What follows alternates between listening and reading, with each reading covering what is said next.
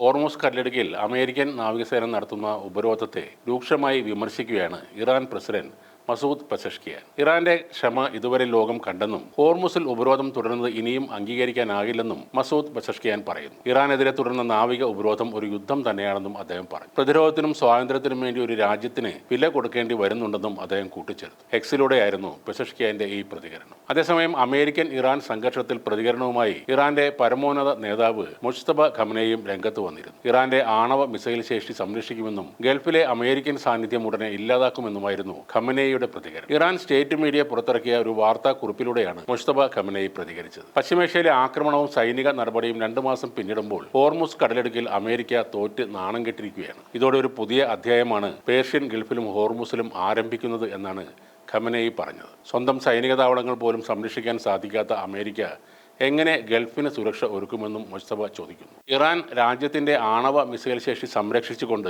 അധിനിവേശ പ്രവർത്തനങ്ങളെ ധീരമായി തന്നെ പ്രതിരോധിക്കുമെന്നും അദ്ദേഹം ഉറപ്പിച്ചു പറയുന്നു. ഇങ്ങനെ പശ്ചിമേഷ്യയിൽ യുദ്ധഭീഷണി ശക്തമാകുന്നതോടെ ഇറാൻ, ലെബനോൺ, ഇറാഖ് എന്നീ രാജ്യങ്ങളിലേക്ക് പൗരന്മാർക്ക് യാത്രാവിലക്ക് ഏർപ്പെടുത്തിയിരിക്കുകയാണ് UAE. മേഖലയിലെ സുരക്ഷാ സാഹചര്യം അതീവ ഗുരുതരമായി തുടരുന്ന പശ്ചാത്തലത്തിലാണ് UAE വിദേശകാര്യ മന്ത്രാലയത്തിന്റെ അടിയന്തര നടപടി. ഈ രാജ്യങ്ങളിൽ നിലവിലുള്ള UAE പൗരന്മാർ എത്രയും വേഗം സ്വരാജ്യത്തേക്ക് തിരികെ എത്തണമെന്നും മന്ത്രാലയം കർശനമായ നിർദ്ദേശം നൽകിയിട്ടുണ്ട്. തങ്ങളുടെ പൗരന്മാരുടെ സുരക്ഷ ഉറപ്പാക്കുന്നതിനായുള്ള മുൻകരുതൽ നടപടികളുടെ ഭാഗമായാണ് ഈ തീരുമാനമെന്ന് അധികൃതർ പറയുന്നു. ഇറാൻ, ലെബനോൺ, ഇറാഖ് എന്നിവിടങ്ങളിൽ ഇനിയും തുടരുന്നവർ മന്ത്രാലയത്തിന്റെ പ്രത്യേക ഹെൽപ്പ് ലൈൻ നമ്പറിൽ ബന്ധപ്പെടണം. മേഖലയിലെ സൈനിക നീക്കങ്ങളെക്കുറിച്ച് ഒന്നും പറയാൻ കഴിയാത്ത അവസ്ഥയാണ് ഇപ്പോഴുള്ളത്. അതുകൊണ്ടാണ് തങ്ങളുടെ പൗരന്മാരെ സുരക്ഷിതമായി തിരിച്ചെത്തിക്കാനുള്ള നടപടികൾക്ക് UAE തുടക്കം കുറിച്ചത്. അതേസമയം ഇറാനുമേൽ അമേരിക്ക ഏർപ്പെടുത്തിയ നാവിക ഉപരോധം കൂടുതൽ ശക്തമായി തുടരുമെന്ന് പ്രസിഡന്റ് ഡൊണാൾഡ് ട്രംപ് പറയുന്നു. ഉപരോധം ഇറാൻ സമ്പദ് വ്യവസ്ഥയെ പൂർണ്ണമായും തകർക്കുകയാണ്. ഹോർമുസ് കടലിടുക്കിലെ ഉപരോധത്തിന്റെ ശക്തി വളരെ അത്ഭുതകരമാണെന്നും പ്ലാൻ ചെയ്തതുപോലെ